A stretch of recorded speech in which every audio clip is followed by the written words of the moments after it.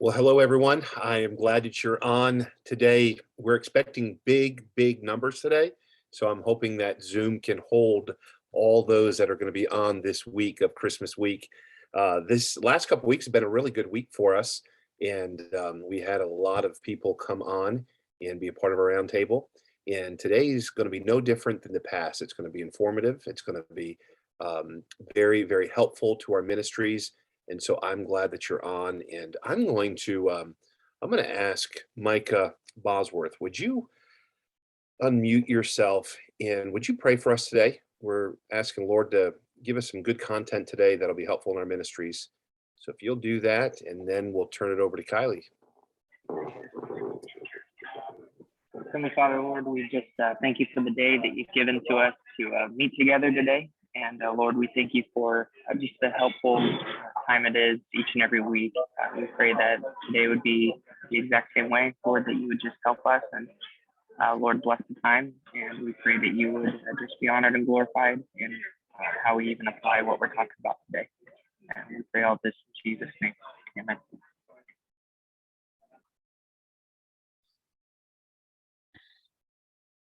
Hello, everyone. Merry Christmas week. We're so excited to wish you a Merry Christmas and a Happy New Year from the Idea Network.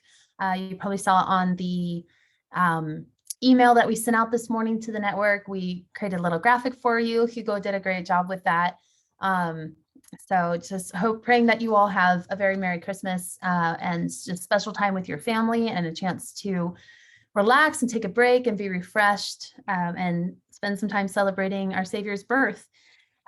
So coming up, we've been kind of announcing a lot about San Antonio, a couple things with that. I know we have about almost 40 of you signed up to join us, and I'm sure there's even more who haven't RSVP'd yet.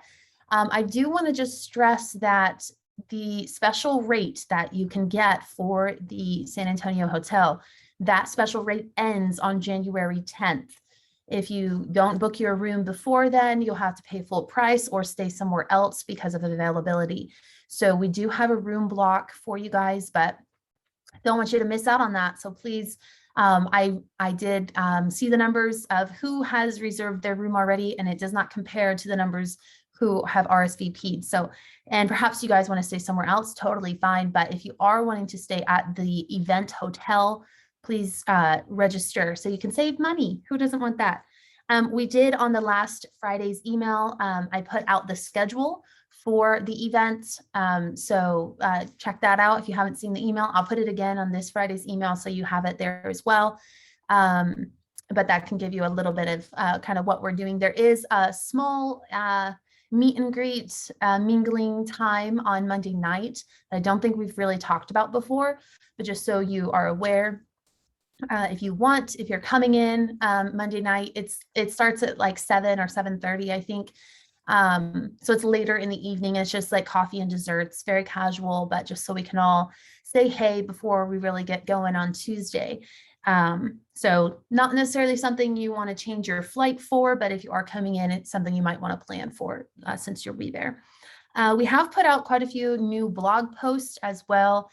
Dustin Alley has written some. So there's part 1 and part 2. Part 2 came out today. If you are looking for the second part of that, you can look for it there on the blog. And other than Merry Christmas, that is the last of the announcements I have for you today. Pastor Josh. Thanks, Kylie. Hey, we are excited about hanging out in San Antonio in just a couple of weeks. It's so hard to think beyond Christmas, isn't it? Everything is heading toward Christmas Eve and Christmas Day. So for us to be able to sit back and think about San Antonio, which is only a few weeks away, boy, I am excited about it. I'm excited about the Riverwalk. I'm excited about hanging out with you guys. I'm excited about the sessions and that old school feeling of 40 to 50 guys sitting around the table, ministry leaders spending time together. Looking forward to that. But today we have a special roundtable with my friend James. James McGarvey is the executive director of Church Safety Guys. James is a church safety and security coach. That's who we understand him to be. He partners with church leadership to develop their safety and security ministries, emphasizing a church mission focus.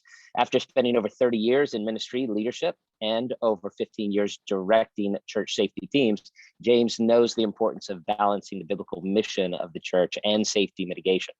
He believes church safety and security is not about simply standing guard, but regularly engaging and supporting other ministries in the church, and ultimately supporting the mission and the vision of the church. James is a best-selling author, ministry coach, speaker, and radio host with regularly impacting ministries to churches in over 3 continents. With over 20 years experience in public safety, executive protection, teaching, and fraud assessment, he regularly guides churches all over the world with practical methods to keep their communities safer. He holds a BS in Bible and computer systems management and from Emmaus Bible College, and an MBA in marketing from Grand Canyon University.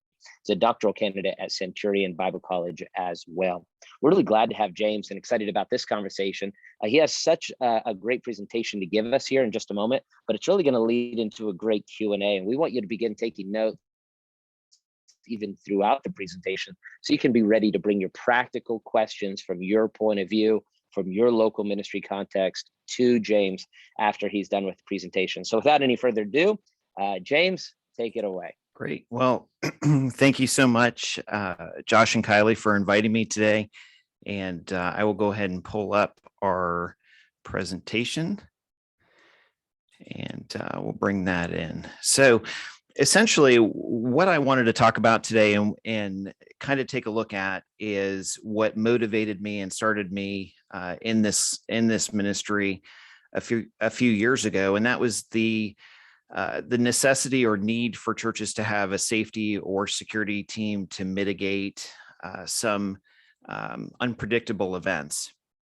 And so often I would go and I would talk to other churches, and they would say no. And they would say, we don't want to have a security team. We don't want to set anything like that up, because their understanding was that someone would just be standing there guarding and not a interactive working ministry that supports the actual church. And so that actually prompted me to write the book, The Case for Church Safety and Security, which is actually a biblical assessment to essentially give to pastors and give to church leadership to explain that this is actually a very, very biblical concept.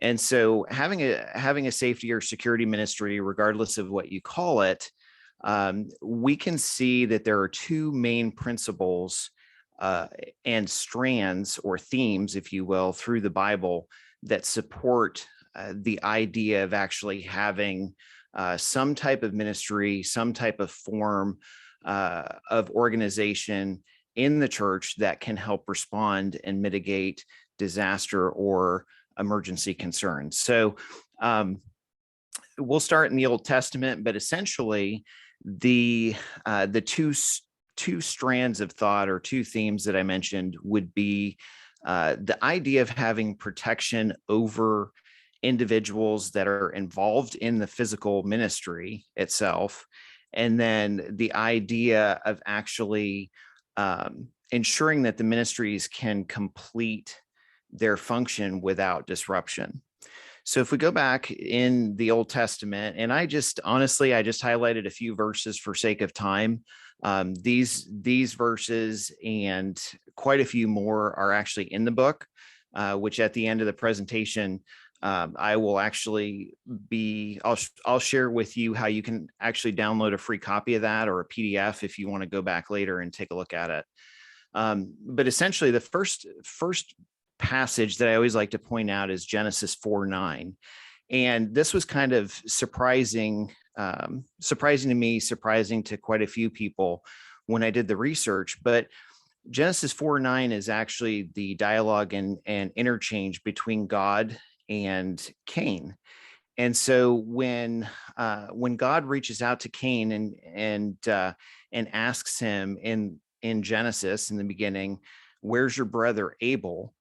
If you actually go back to the original Hebrew and you research that, Cain's response back to God is, "Am I my brother's keeper?" That's kind of a famous dialogue that we're very familiar with. Well, if you actually look at the word keeper and dig a little bit further, that can be actually translated to the term guardian or guard. And so when he's asking God that, or offering a rhetorical response with sarcasm, essentially he's acknowledging that there is a purpose and an understanding on his part that he is supposed to take care of and watch out for his brother. And so having that in the understanding and the dialogue and the culture of the time is kind of the first part or first place in scripture where we see that we do have a responsibility to take care of others and to take care of those around us in community. The second passage is in 1 Chronicles 9:21, and that was that the Levites actually had someone stationed by their at the front of the tabernacle to watch the door and to ensure that only the correct people that were to go into the tabernacle and the Holy of Holies actually honored God and did that. Very, very specific instructions. And so we kind of start to see as that, as we go through the Old Testament, that the Levites' responsibility was actually to protect. One of their many responsibilities was to protect the tabernacle and ensure that it wasn't destroyed and that it was handled in a way that was honoring to the purpose of it. And then the final one that I just want to take a look at, and in the Old Testament, is Nehemiah 4:9-23. And oftentimes you'll see Nehemiah as the sole referenced verse for church safety and the argument of having a church safety team or ministry. And that was that as Nehemiah rebuilt the wall, there was disruption. There were individuals that actually set out to do different things, including kill and hurt those that were building the wall.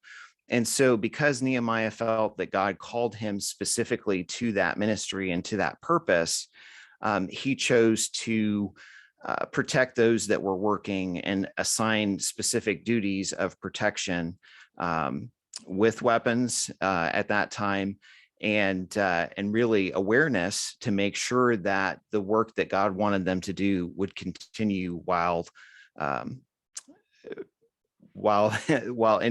the individuals doing that work were actually protected. So we see precedents being set to be attentive in what God's doing. And as we reach out into the community, there's a balance there and certainly an understanding of not closing the doors, not locking everything down to protect the saints, but being open to the community, ministering, working, and at the same time balancing and engaging that responsibility to protect the ministries and protect those that are involved with that assembly. So we will actually move on to the New Testament. And this is one of my favorite passages in Luke 4:31-37. Jesus was actually preaching in the synagogue, and a man with a demonic spirit came in and interrupted him, and he had to stop what he was doing, stop ministering and preaching, and actually address it, which he did. But what I find fascinating about the passage is that many times I talk to pastors all over the country that have the idea or the attitude that, I'll never be disrupted. Like this will never happen at my church. This will never happen to me. And so a lot of times I just like to point people back to that passage, because obviously Luke thought it was important enough to include it in the scripture. But the reality is, if we have demonic forces or Satan trying to attack Jesus himself for preaching and teaching, then we can certainly expect no less that as we share the gospel or we preach on a Sunday morning or a service, that we will have disruptions, and we will have disruptions that Satan uses to impact those that could potentially be listening or partaking in that. So Acts 20:28 through 31, Paul talks about grievous wolves entering the flock. Again, we have to be prepared for disruptions. We want to minister to everyone. We don't want to exclude anyone, but at the same time, how do we balance that? Ephesians 6:10 through 12, another one of my favorite verses, put on the armor of God, for our wrestling is not with flesh and blood. On a regular basis, our ministry at the church that I attend to, we actually pray before every service. And one of the things that we do is we actually pray not only that God would give us wisdom in the decisions, but that he would keep us safe. And we also pray that God would use his word. And what's interesting is we have seen time and time again, by doing that before we start serving, when we gather together, we've seen God move and work in amazing ways that are just unprecedented in our church. So just because something is a distraction doesn't mean obviously that God can't use that, but we want the service to be free of distractions so that God can use the individual that's speaking to those that are listening. So how do we keep kind of going beyond the biblical ideology? How could we keep from being just a guard, right? To embrace the ministry mentality. The ministry life cycle is actually a leadership model that we designed, myself and one of the other guys that serves with me with the church safety guys. And basically, when we first started putting this together, the idea was that it would help us with retention in our volunteers. And what was really interesting was the more that we tested it and tried it, and we worked with churches and we said, hey, could you guys try this and just tell us what you think? The more we had pastors and churches reaching out to us and saying, this isn't just for safety and security. I have hospitality using this. I have many different ministries using it, and with a great deal of success. So essentially what the ministry life cycle does is it's based on the servant leadership model for leadership, but it's also has the key component of discipleship. And so as we engage, as we move through, and I'll kind of show you some of the steps, the cycle can actually be started at any point. But as we go through those individual pieces and components, what we're doing is we're actually discipling. So the act of discipleship for our volunteers or for those that are serving is actually more important than the actual ministry itself. And so as we disciple those individuals, what we're seeing is their engagement, their retention, their motivation is growing much larger to serve in that capacity or in that ministry. And what's interesting is we've done quite a bit of research on the culture and generational piece of those serving in safety and security and ministry in general. And what we found is that different generations of individuals serving have different motivations. And we did actually, when we introduced this, and it's actually in the Inspire, Influence, Impact book, but when we introduce that, we actually go through and we talk about different generations and how we can engage with those folks and make sure that they're receiving discipleship and those opportunities and not just showing up and serving as a volunteer. And so with that, we've been able to actually go through and create a culture of serving. We're serving to assist other ministries, to make other ministries successful, the vision of the church. So we're not, for safety and security, we're not just having someone, hey, stand at this door and intimidate people and look rough and be a bouncer. That's not the idea. The idea is to work hand in hand with other ministries and cooperate with them in a way that not only blesses their ministry component of the church, but it actually gives them an opportunity to be successful. So, for example, when our children's ministry goes off of church campus, maybe they're doing a Awana event or something of that sort, the children's director will actually come and talk to me, and they'll say, okay, let's plan out the logistics of this trip. What vehicles are going? Do we have a first aid kit? When we get there, what type of neighborhood is it? What type of environment? Do we have enough leaders? So anything that encompasses that safety component, we will actually sit down and talk with them, because a lot of times we'll bring up and we'll remember or think of things that maybe they didn't consider. And it will, as a whole, it will make that event far more successful and take the stress off them, because as we build into that core mission of the church and that ministry, we're working together. It's not they're just doing security. It's a very well integrated ministry that's serving the mission of the church and the community. So that's pretty much it at the moment. That's all I have. So that's my last slide.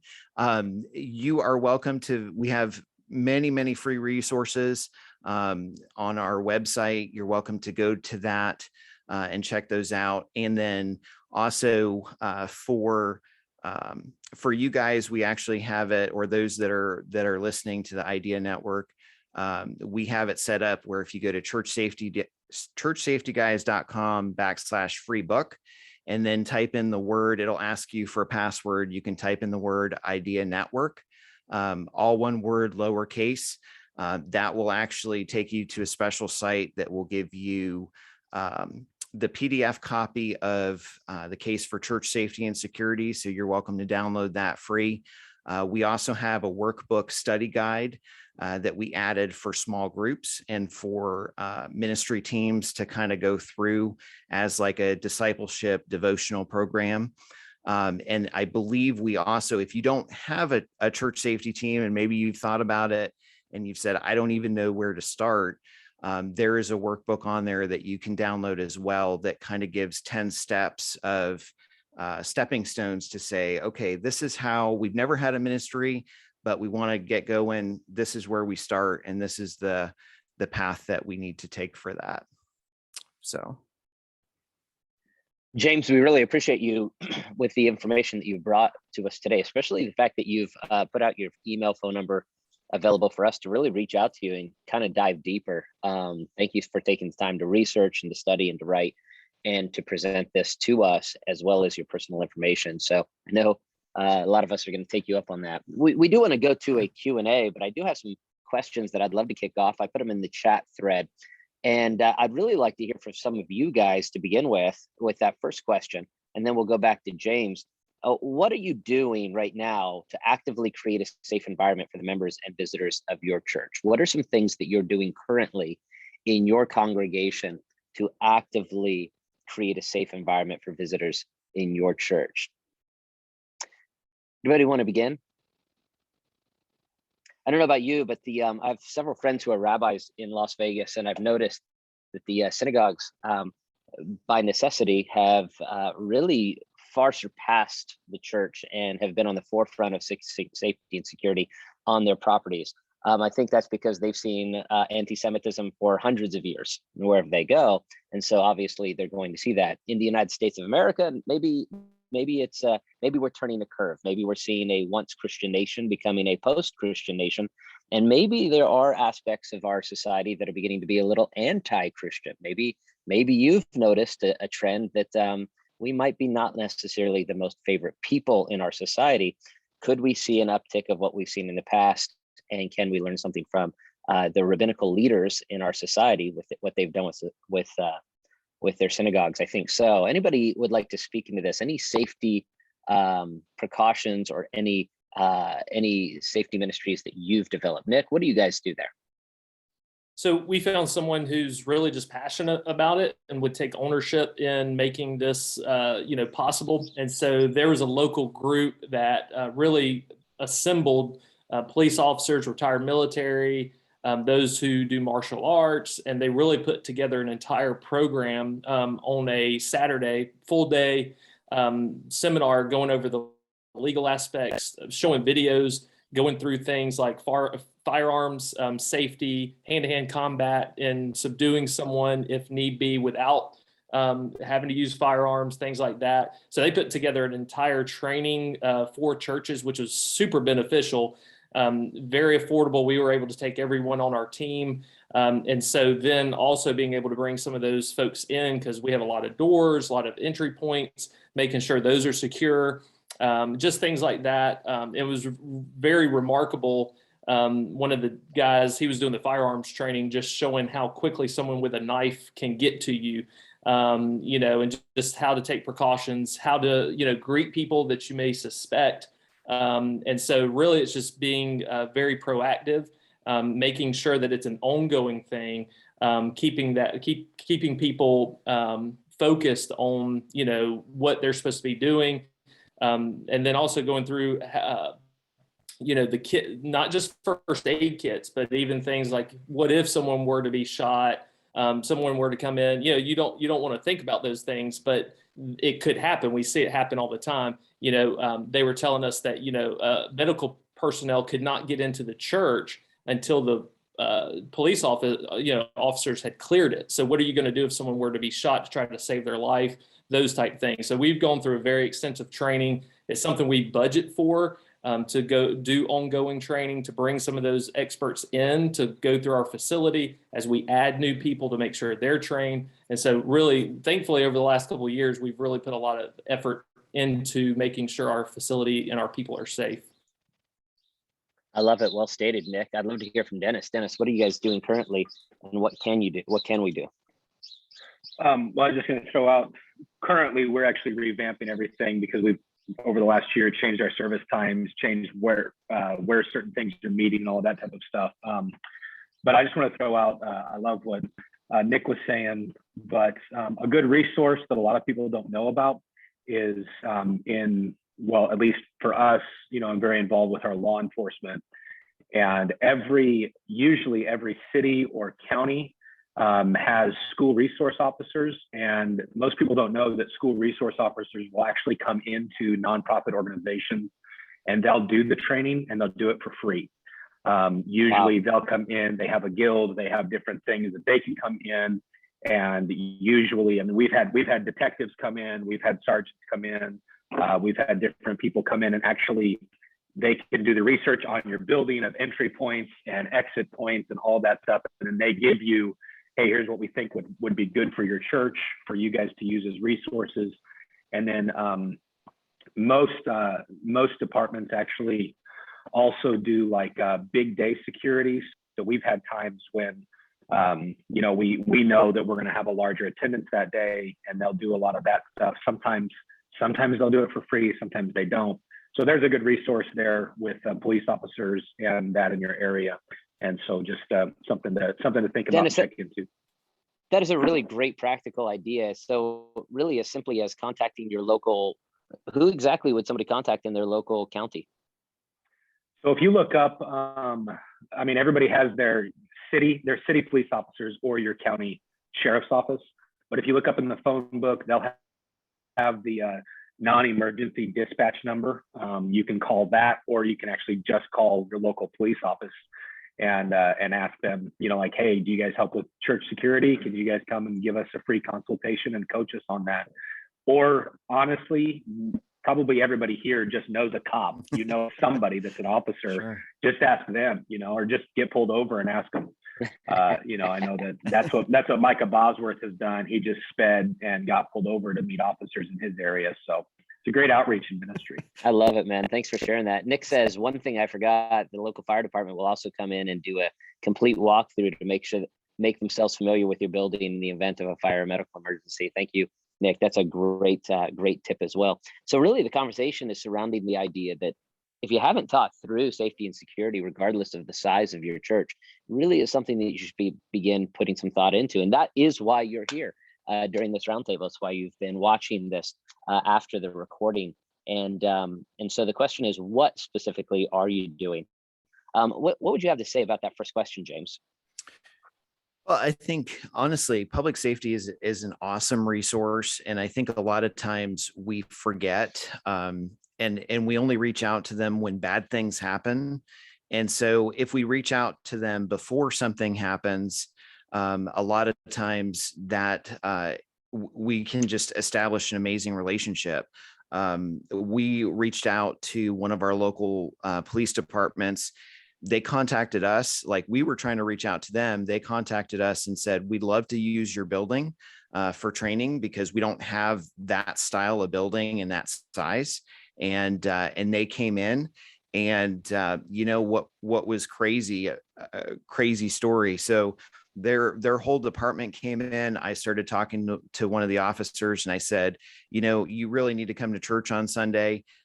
He came to church and he got saved from that entire experience. And, you know, local law enforcement, when they come, a lot of times they'll hang out in our parking lot. You know, we'll invite them in to get a cup of coffee or use the restroom, or come in, you know, to a safe place where, you know, they know, they know we have their backs, and we can protect them, and it's a non-hostile, you know, environment. But I think public safety is a great place to start. The only opportunity that I see with that is some churches and smaller communities might not have as much of a robust infrastructure of public safety to be able to do that.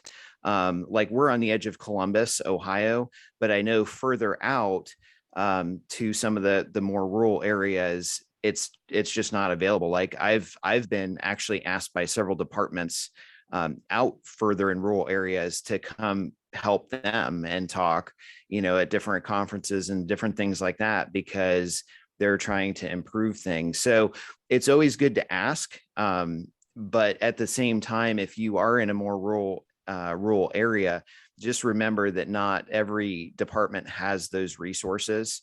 And, you know, you can check around, you can ask, but sometimes we've had churches contact us and say, I'm really upset because, you know, you told me call this police officer. I called them and they're like, no, we're not going to do that.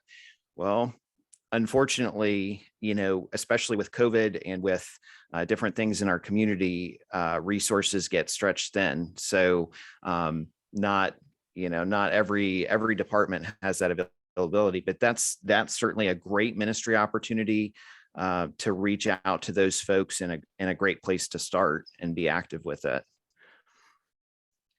Thank you so much, James. I have a question I'd love to bring up in the midst of this. How many of you have multiple people in your congregation who are carrying on a weekly basis? I'm sure a lot of you guys maybe even carry yourself. We got some J. Frank Norrises in the group, I'm sure. I guess the question is, what do you do sometimes when you come across a few folks that are carrying and you're like, I'm not sure that they should be carrying? For example, Nevada is an open carry state. But one time a guy, I'm just wondering if there's a policy, James, that you've come across. We had a guy, he bent over in front of a group of people, his pants barely falling down, and he has a Glock sticking right in a particular spot in his belt. Yep. And it's just kind of just sitting there between his belt and his skin. And everything is there. And this guy, I mean, it clearly could have fallen out. Anybody that was fast at all could have just, or a teenager could have grabbed it. What do you do when most of us pastor conservative congregations in conservative areas? How do you address somebody that is carrying, and honestly, they genuinely are probably should not? What do you do with that scenario? Sure. So a lot of it comes down to the law in the state. In Ohio, we actually have the law that someone is not allowed to carry in a church or place of worship unless they have permission from the actual church itself. So for us, you know, you don't have to carry to be on our safety team, honestly. And we call it safety because we do so much more. Firearms is just a minuscule component of that. To be perfectly honest, probably 80%, and we average 3 incidents per service a week. And 80% of those incidents are actually medical. So a lot of times when someone comes up to me and they say, "Hey, I want to join the safety team. Can I carry a gun?" That's usually like, and the guys, even the pastors tease me because they know that's my Achilles heel, where I'll say, "You know what? Maybe this isn't the right ministry for you, because I'd rather have you say, 'Hey, I want to go greet, let me go guest service this person, and first impression, greet them and deter that before we get to that particular tool in our toolbox.'" But realistically, from the gun perspective, that is a question that gets asked a lot. Our church policy is that you do need to have permission from the church. We have a program that if someone comes to me and they say, and they don't have to be on the safety team to carry, they'll come to me and they'll say, "I'd like to carry in your church." I will, or one of our other instructors will sit down with them. We'll take them to the range. We'll see where their levels are, for competency. We'll kind of coach them through. And then we move forward. Our pastors are all very Second Amendment, God-fearing individuals that believe in the right to carry. But because we're a church, it is also private property. So we get to decide legally, we have the right to decide who gets to carry and who doesn't. And so the way we look at it is, we have a safety team that's very extensively trained. They're trained in responding. They're trained in firearms as a last resort. And our question is, typically, what does the state say, and what does your insurance say? Sometimes that's a piece that we overlook, because your insurance carrier for the church might have an entirely different perspective on what you can and can't do, what you should and shouldn't do. But initially, I can tell you, one of the things we do on occasion is bag searches. And we had a gentleman come in, and he had a briefcase, and he offered it to me to search. I was kind of looking through it, and he said, "Oh, by the way, just wanted you to know I have a CCW permit, and I'm carrying a revolver." And I said, "Do you mind if I look at the permit?" So he showed it to me. It was an Ohio permit, which means he should be aware of Ohio law. And I said, "Are you aware that the law in Ohio states that you're not allowed to carry?" And I gave him the revised code and all that fun stuff. And his eyes got about this big, and he said, "No, absolutely not. I didn't realize that was the law." And I said, "Well, if you would do me a favor, we have a very highly trained safety and security team here. If you would just go put it out in your car till service is over." And you know what? There was no it wasn't a bad exchange. There was no being rude. He said, "Absolutely, I'll respect that." Went out to his car, locked it up, came back in, and there was no issue. A different Sunday, we had a gentleman sit down, and he had a revolver fall out of his pants pocket, and it hit the chair or one of the pews in the back of the church, and then bounced off the floor. And he was so embarrassed. He got up, he put it away, and he took off. And it was actually the folks sitting around him that were more concerned, and they jumped up and came and got us, and they're like, "Hey, he's got a gun.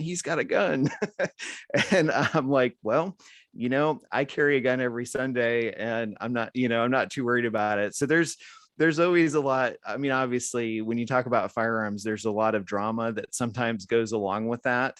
But consider it like a de-escalation. Like, if you're in that situation and you make that, you decide based on the state laws, but consider it a de-escalation exercise. It's a church's private property. You have the right to say yes or no.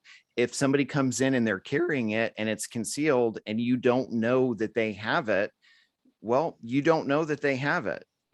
Now, I actually train my guys to, and I've been a CCW or firearms instructor for almost 15 years. I can look at someone and see by their actions and their body language if they're carrying or not. There's some pretty strong telltale signs, but if I can't see it, or if they're not doing anything odd, then maybe in Nevada that would be the case. It's open carry, concealed carry, or constitutional carry. If they're not doing anything, if they're not raising other red flags to say this is a safety concern, then you know what, maybe it's not a concern. And understanding that, and then making that decision. Okay, if I need to talk to this person because they're doing something unsafe, and Josh, you gave the perfect example of being unsafe. I would go up to them and I'd say, here's an opportunity. We don't have a problem with firearms, but we'd really like you to secure it in your vehicle until after the service. Or maybe there's a place, like maybe we can secure it in one of the offices until you're done, just to make sure we maintain a safe environment. And giving people an option, not just walking up to them and saying, we don't allow that, don't do that. Maybe going up to them and saying, hey, here's two options. You can put it in your car, or we can lock it up for you till the end. But you're kind of making us a little bit nervous with this. So it's just some thoughts. No, I love it. I appreciate it. I guess I have a follow-up question with number 4, and I'd love anybody else to speak into this. It says, what can I do to break the security guard mentality, but still drive discipleship and engagement within the safety and security of the ministry of the church? For example, what do you do when you do have you have somebody part of the security team, but they dress in a black suit and a white shirt, no tie, they're constantly touching their ear, they got sunglasses on. It's like they're fulfilling their fantasy of a movie role. And you're like, oh, bro, like, we want you to serve, but like, you're making people uncomfortable. How do you address that? Well, it's funny. I used to, and I still do it, between services, I will stand at the front of the church or at the front of the sanctuary, and I'll watch people come in, and I'll watch body language. I'll watch them interacting, how they interact, where they sit. And then I will go up and down the aisles, and it's a great time of fellowship. Like, I'll greet someone, I'll shake hands, I'll say, hey, how's your family doing? Haven't seen you in a while. But at the same time, while I do that, I'm watching everyone around to see, okay, is this person new? If they are, I'll reach out to them and say, hey, welcome to Fellowship Baptist Church. I'm James. I haven't seen you here before. Is there something I can help you with? Maybe I can direct you. And what was interesting was, when I first started doing that, I am a very outgoing, like, my personality is very outgoing. And yet one of the deacons pulled me aside at our church, and he's like, is something wrong? Like, the first time I did that. And I said, no, why? And he's like, because you have a frown on your face and you look like you're going to punch somebody out of the congregation. And I'm like, what? And he's like, dude, calm down, like, smile a little bit more. And so what I realized was, when I'm really focused, I look, my brows furrowed. I look intense, like I'm trying to think. And what I realized is, people associated me in the church with safety and security, right? When something happens out in the news, they'll come to me and they'll say, hey, you got this? Are we good? How do we handle that type of thing here? And so what I realized was that people really like high energy interaction and me to have a smile on my face. So just having a simple smile and interacting or engaging with people, shaking a hand, gives them so much confidence and ease to know that we have it. We've got stuff under control. We have a team that can respond. They can enjoy, they can focus on worship, they can focus on the message. And, from that standpoint, that, to me, that breaks the security guard bouncer mentality. Like, we are a part of first impressions. In fact, our first impressions oversight pastor, guides both. And we work with ushers, we work with the greeters, we work with the first impressions folks. So what I usually tell all of my folks, and they know that I'll say it, is we need to be as engaging and willing to greet someone, to make them feel welcome, to pray with them, to lead them to Christ as any other ministry in the church. And so if we're not embracing that culture and that mentality, then we will have the security guard aspect. And I've been there on Sunday where I've had a church member come up to me, and I sensed, God put me at the right place at the right time, but I sensed that something was wrong. And I said, "Can I help you with something?" And he's like, "Oh, I'm good. I'm good." And I'm like, "No, you're not really." And he's like, "Well, can I talk to you for a second?" So we went off into one of the rooms, and I found out that his wife had left him the day before.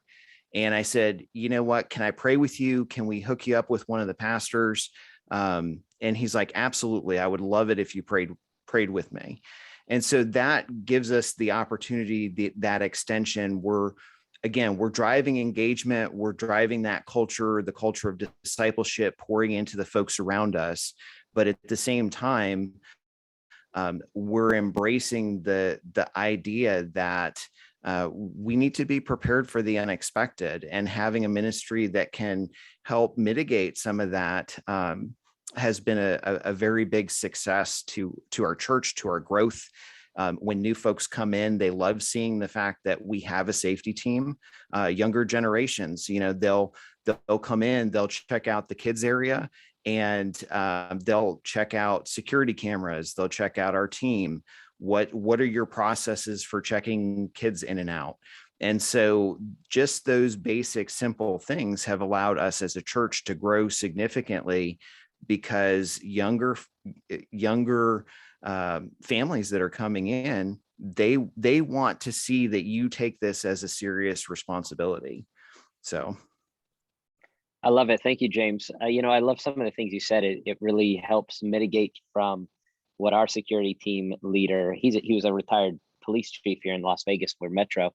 And he says, "I've got to keep away from the John Waynes." He doesn't want John Waynes on his team. And I asked, "What is a John Wayne?" And he says, "The guy who is excited about carrying a gun, who never got into the police force. And all he wants to do is prove something." So that's some really good information there. I'm loving to hear from Jeremy Rands. He has a question or a thought on this. I'd also love afterward to be able to hear from Andrew and Philip what you guys are doing as well. Jeremy.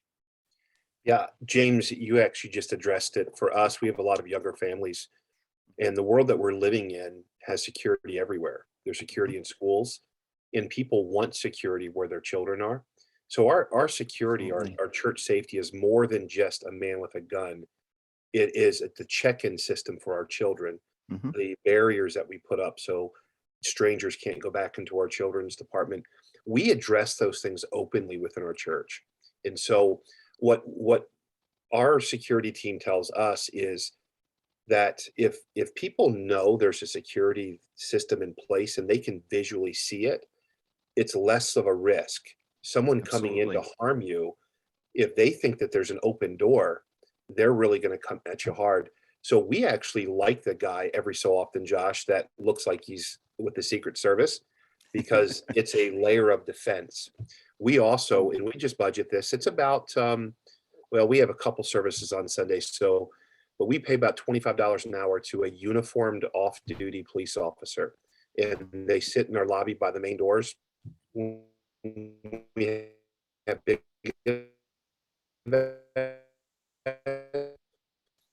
we actually spend a little bit anyway. Every so often, I'm not afraid to get up publicly and say, "We want you to know that when you're in these facilities, you're safe. We want you to know that your children are safe. We want you to know that we have nurses and doctors right now that are on call, that they can go anywhere within this building, that they're working in our security ministry." And we also, we address it. We have armed, about 6 armed volunteers that have to go through a specific class. And so we just go right at it openly. Just 2 weeks ago, just north of us in the Detroit area, there was a mass shooting in a school. And so we just find that people in our community actually love the fact that we're open about it. It's visually being able to be seen in our ministry. And it really helps our leadership. So it doesn't look like we're aloof to the fact that somebody could come in and harm people. So we actually, again, we like the out front. Now we don't want the John Wayne, but we like the out front. Sure. The guest, when they walk on our property, when they see their security and they can realize it, it just puts them at a comfort level. One thing, if I can jump in there real quick and just add to that, one thing that we've seen statistically, and more data is coming out on this, is that if you have someone, whether it is a uniformed officer or someone that has a lanyard or polo shirt or is identifiable as security, that drops the risk of threat down a crazy amount. In fact, if you go to Sutherland Springs, the Sutherland Springs church shooting in Sutherland Springs, Texas, Pastor Frank Pomeroy is the pastor there. The worst shooting in U.S. history, and Pastor Frank's actually a really great friend of mine. I had the chance to kind of talk to him, but the criminal that went to his church actually went to 2 other churches before that church and did not do anything to those 2 other churches because there was uniformed people there. And so, I get, it's amazing. I get a lot of pushback from folks about, well, I don't want to be identifiable. Right. And the reality is, with the culture and the community that we live in today, now I will tell you, we have identifiable people, and then we have folks that just have the earpiece and aren't identifiable.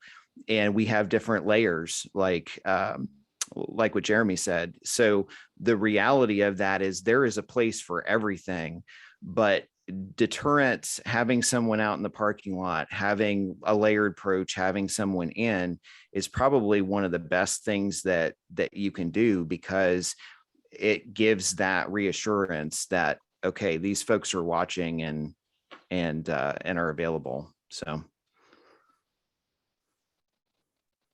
that's fantastic. I'm wondering to hear from anyone else in the room who has a security team or a security system, or perhaps even you say, with the size of our church, what we do is simply this. Maybe that's where you're at right now. You say, man, where we're at right now, we just simply do this. I would love James to speak to that. Maybe somebody says, we're in a situation, we have 150 people, we have 120 people, we got 70 people, and is this kind of a necessary thing, or does it add a layer of complexity that is unnecessary for our church? What would you say to that, James? Well, depending on your church size, I think that plays a lot into it. 95 or 93% of the churches in the United States are under the membership of 200. I think that was roughly the last estimate that I heard. What I'm seeing is a safety team is usually about 5% of the total membership and congregation of that church. So, if you have 700 people, we're seeing about, typically the average size would be 35 people on that team. Now, some churches that maybe that you guys minister to, or, I know some churches that we work with are like, what are you, crazy? Like, there's 70 people in our church every Sunday. You do what you have to do. We talk to folks all the time that are stressed about that. And the reality is, if you have 70 people, well, having someone, sit by the door, that's a great way to start. There's always something that you can do. Having someone maybe make a pass through the parking lot, or maybe, talk to 2 or 3 people. It's great to have the resources of public safety folks that are willing to jump in and serve in that capacity at your church. But the flip side of that is most safety folks, when they get the opportunity to actually go to church, want to go to church to worship, to take a break from that because they're working so many hours. And so usually what I will encourage people is, just because someone is not a public safety person or military person doesn't mean that they can't be passionate or trained to look at those things and be effective. One of the acronyms I use a lot, and people usually laugh at me, is FAT: faithful, available, and teachable.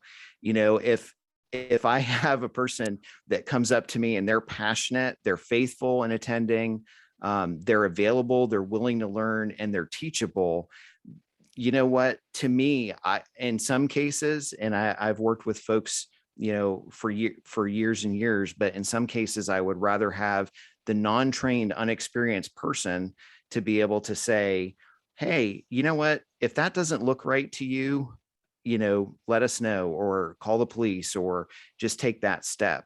One of the other things that we're seeing a big trend in is women serving in that ministry.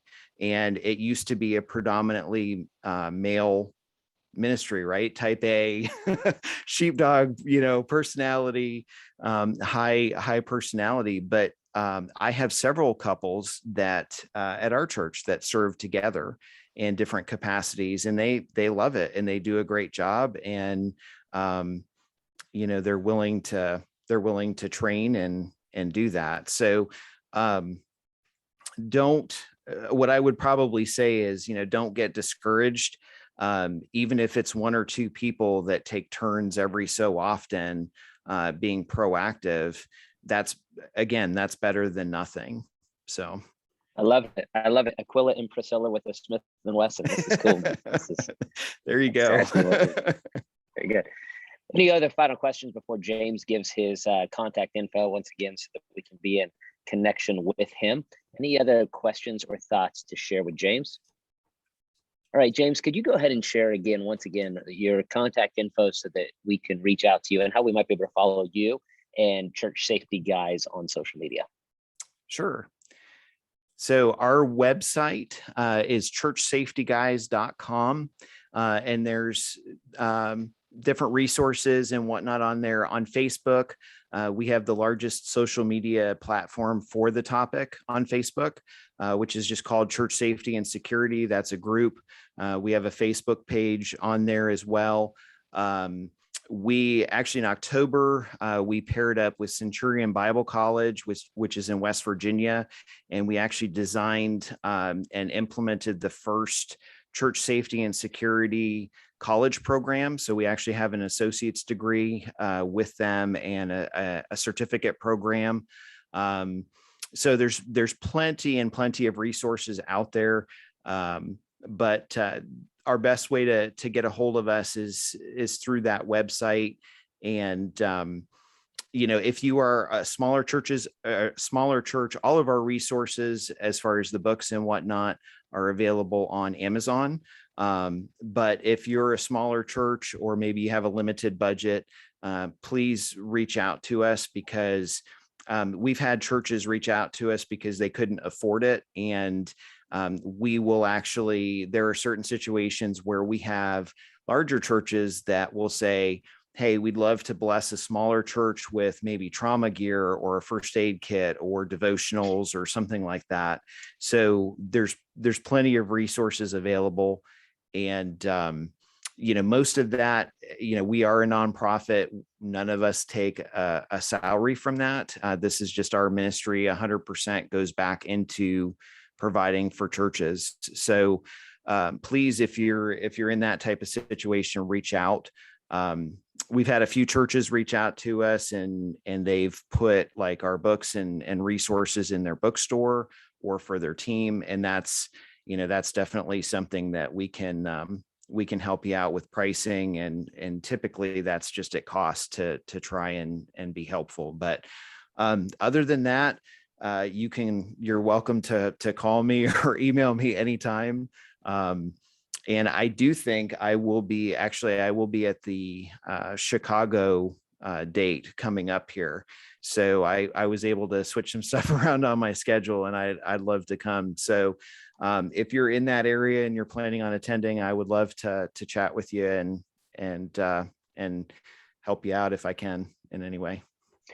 Well, James, it was really great to have you. We're really thankful to have you part of the network and to have Church Safety Guys part of the network as well. Looking forward to seeing you in Chicago. For the team that are watching now or watching this a little bit later, next Tuesday, yes, between Christmas and New Year's, we actually are having our round table, and it's going to be led by Nathaniel Skelly. He's going to be talking about how to preach on financial health. And I love his approach. The reason we invited him on is because I love his approach as a pastor's kid who really deals in the financial realm all of the time, speaking into the concept of how to address the concept of financial health and financial giving within a local church congregation. The conversation I've had with him privately has led to that roundtable that will be taking place next week. And then the month of January, I'm really excited. There are 4 specific roundtables that we're going to be announcing and talking about more next week. But January is looking to be a really great month in the virtual roundtable. So we're looking forward to seeing you there. God bless, guys. See you next week.